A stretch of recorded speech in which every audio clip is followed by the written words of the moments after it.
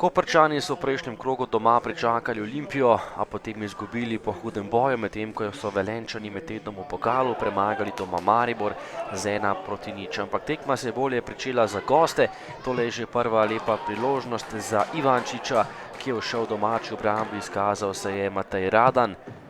Priložnost za Velenjčane, žoga pred vrata, Džinić pa je bil nekoliko prekratek in lahko delo za gostujočega vratarja. Še en predložek pred vrata, skočil je Džinić, ampak meril visoko čez gol.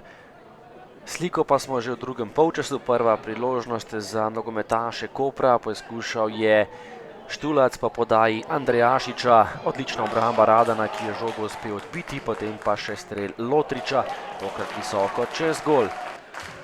Nato še lepa priložnost za Velenjčane, tokrat je poizkušal z glavo Eterović, podal je Grbić, Eterović pa je nekoliko zgrešil koprska vrata. Še en poizkus Velenjčanov, ki so bili nekoliko podjetnejši v teh minutah. Poizkušal je Babič, dobro, ampak točno v vratarja Kahlinov, ki tokrat težav ni imel.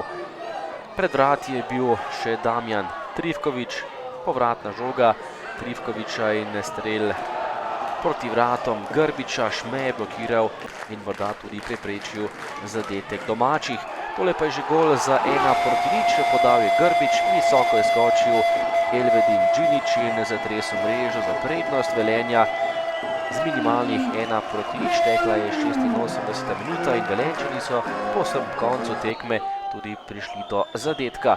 V zadnji minuti še lepa priložnost za Koper. Radujko je našel Ivančiča, ki je meril, ampak njegov strel je bil za odtenek premalo natančen. Tekma se je končala, Rudar je v zadnjih tekmah vendar ujel nekoliko boljše forme, tokrat je doma premagal Koper z minimalnih 1:0. Dobro, mi vemo, kako Koper igra, že vrsto let, to so zmeraj trde tekme. Ne glede na to, ali igraš v Kopru ali tu na domačem terenu. Jaz bi res pohvalil fante, da po sredi so zopet, kljub temu, da je bilo samo 2 dni pavze, pokazali res pravi pristop, pravi obraz, srce.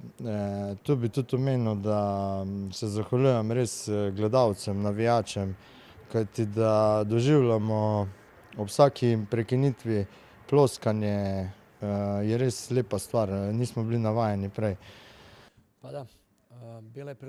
Ja, to je bila težka tekma dveh enakovrednih tekmecev, enostavno nismo uspeli ponoviti tekme proti Olimpiji.